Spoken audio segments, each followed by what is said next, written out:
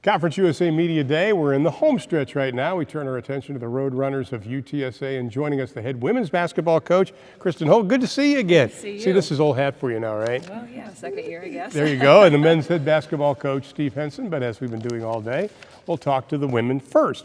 You made it to the second round of the tournament. First time that UTSA has done that since 2013, 2014. What part of the learning curve were you on last season with this team? Well, because the circumstances, getting the job late and all of that. Right.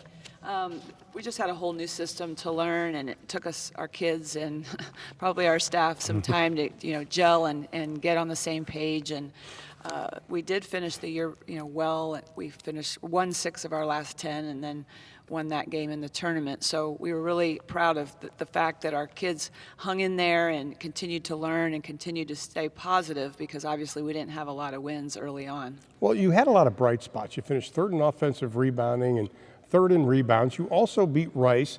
There were some things that you can hang your hat on. For sure. And we knew that there were some pieces there that were good and positive, and that we could possibly get some wins. We just weren't getting over that hump. And but we hung in there and just continued to work on our motion and continued to work on our man. And those are the 2 things that we do the most. And so in the end, we had some people step up. Our seniors did a good job of hanging in there and gave us a push there. When I look at the numbers over the last month of the season, you really increased your points per game. Was there a comfort factor there?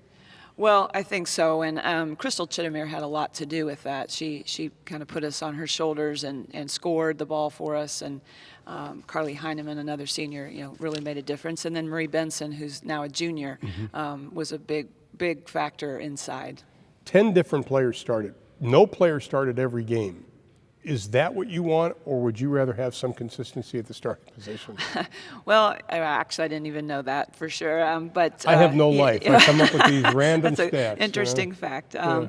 No, I mean, you would like some consistency, but at the same time, you want them to challenge each other in practice, and I want every kid to feel that they have an opportunity to go in there and have an opportunity to start. So, this year I think we're going to have a little bit more of a set lineup. We've got some kids that are in definite roles, so I think it'll be a little bit more solidified. Biggest area of improvement you wanted coming into the season? From last year? From last year. I think just the consistency every day in practice and the approach that we want mentally. I think that obviously is a huge part of the game, and we've got to get better, skill-wise certainly, and got to be able to find ways to score the basketball. But I just have seen a big difference from practice last year to this year. The energy, the enthusiasm, and the approach, and the kids really are wanting to learn. Names.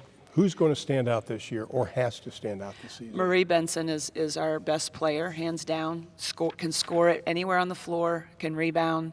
Tyja Hawkins, a junior, another kid that rebounded it very well. I think she was our most improved player over the summer, so I think she's going to be a big factor inside. Marie's sister, Barbara Benson, very athletic, very talented. Kind of an X factor for us, because we'll just have to see. Her role last year was pretty minimal. This year I think she's going to play a lot more. I'm going to add one more. Carrington Donald is going to have to run the point guard spot a lot for us this year, and I think she's doing a really good job so far in practice. Marie, I want to get one quick note on her. Does she have to stay on the court? Because she had 4 DQs last year. You're right. We talk to her about that all the time. She's got to stay out of foul trouble, and sometimes she's just so intense and so wanting to make something happen that she becomes a little undisciplined. So she's going to have to just be really careful and stay out of foul trouble. Looking forward to this year. Yes, now thanks. Let's go to Steve Henson. 20 and 15 last year at UTSA. That's 20 wins, most since 2010, 2011. They went to the College Insider Tournament, made it to the second round of that. What did your team learn last season? Well, we took a big step last season. The first year we established a foundation, how we wanted to do things defensively, the type of culture we wanted to have, and last year we took a big step in terms of playing faster, drastically different style from year 1 to year 2. So I think this group learned at some point during the season how to play good basketball. We were so drastically different from year 1 to 2 with our pace of play, the style of play. Early on, we were running and gunning, and at times we looked great, at times we didn't. And then when we kind of downshifted just a little bit there midway through the season. We started playing really good basketball. Is this a more mature team coming into the season that knows how to win? Yeah, maturity, leadership, those have been some things that have really stood out with this group. We're getting a little older. We've got some guys that have been in the program now, guys that have had big roles for the last couple of years. So maturity is key. I think our leadership is very, very good right now. We're still only going to have a couple seniors on the roster and a lot of underclassmen, but those underclassmen played big roles, have played big minutes, and understand what it takes. So, yeah, I think the security of this group, the maturity, leadership are things that we'll continue to lean on. 4 starters returned to the Roadrunners this season. What I've liked, though, is these trips that you get. You went to Costa Rica with the team. You get those extra practices. Coming off what you did last year, is that maybe that a little extra boost you needed? We hope so. We had a really, really good off season. We had our guys around a lot more in the summer. I think the most noticeable thing right out of the gates is how much bigger we are, how much stronger we are. We did a great job in the weight room. Our guys put a terrific focus on that. Strength and conditioning coach Charlie Dudley did a great job with our guys. We look more prepared now for the battles of Conference USA play, and extra practices along with the foreign tour. That's so valuable.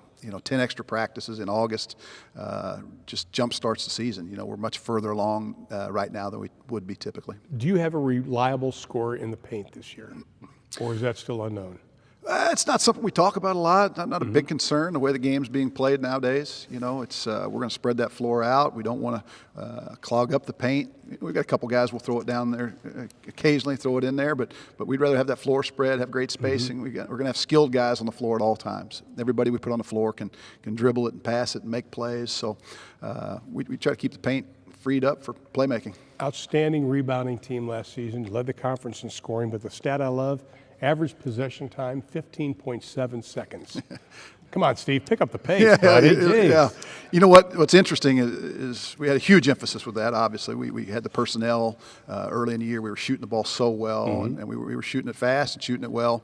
Our defense didn't fit our offense. We weren't able to create any extra pace with our defense, and hopefully that's an area we can do a little better job of this year. I think we can get out and pressure a little more. We can trap a little more. We'll be deep enough. We've got some guards that can heat up the ball a little bit, I think, defensively. So hopefully we can get some faster play based off of our defense. Javon Jackson, obviously Conference USA Freshman of the Year, a budding star. Does he play a larger role this season? Well, Javon came in and did such a good job for us last year. Again, we had a foundation of some toughness and defense and rebounding.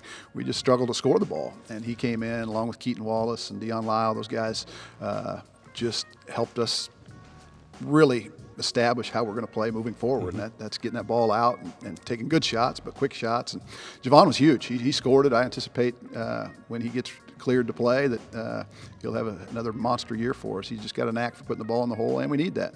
Giovanni Di Nicolau. I just want to say that name. I blow it every time, but it's just a good name. I thought he did a heck of a job last year. I think he was underappreciated at times. You're right on it with Gio. Gio and Byron Fronin, those are two guys that came in when we got the job and have started every game for 2 years. They don't put up huge numbers. They don't make flashy plays, but those guys are just so solid. They do a great job defensively, both those guys, Gio and Byron. They're versatile. They've got toughness. They've got leadership qualities. Gio's a big part of what we do. He allows those really helped those young guys last year.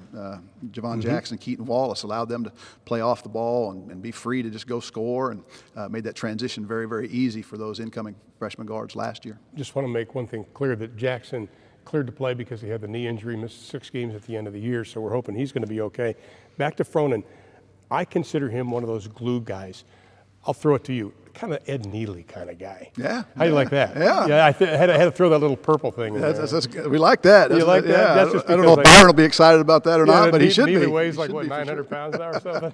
No. But he's a glue guy. Oh, no question. Byron does everything except shoot perimeter jumpers. I mean, we constantly talk to our guys about getting the ball in Byron's hands. If he rebounds it, he can start the break. He's a great passer. He's a great cutter. He's got terrific hands. You just throw it to him anywhere, he's going to catch it. Literally defends 1 through 5. We basically start him at the 3 or the 4 typically. He'll switch on to point guards and does a great job of keeping them in front. He can fight guys in the post. He's a very, very key guy to what we do defensively, and he rebounds it. For Nick Allen to miss a rep in practice, do you have to hog time with duct tape? You got some good intel there. Nick hates to miss a rep. He hates miss. I talked to him last year. He just hates it. He does. It just drives him crazy. I mean, I've seen him roll an ankle that would put guys out for 2 or 3 days, and he's back in there 2 possessions later. Terrific. Turned into a terrific leader for us. He's a guy. He's the only holdover from before we arrived there, and he's grown up. He's matured. He's provided some great leadership for us. He's always provided that physical toughness, but he's a lot more comfortable talking to the guys and leading by example. And another key to what we do. Wish you the best of luck, both of you. Good to have you back Thanks again. so much. See, this is easy. This is easy. So see, now you got to go to Alamo Cafe and send some stuff to me up here, okay? Thanks a lot, coaches. We'll be back. We'll continue right after this.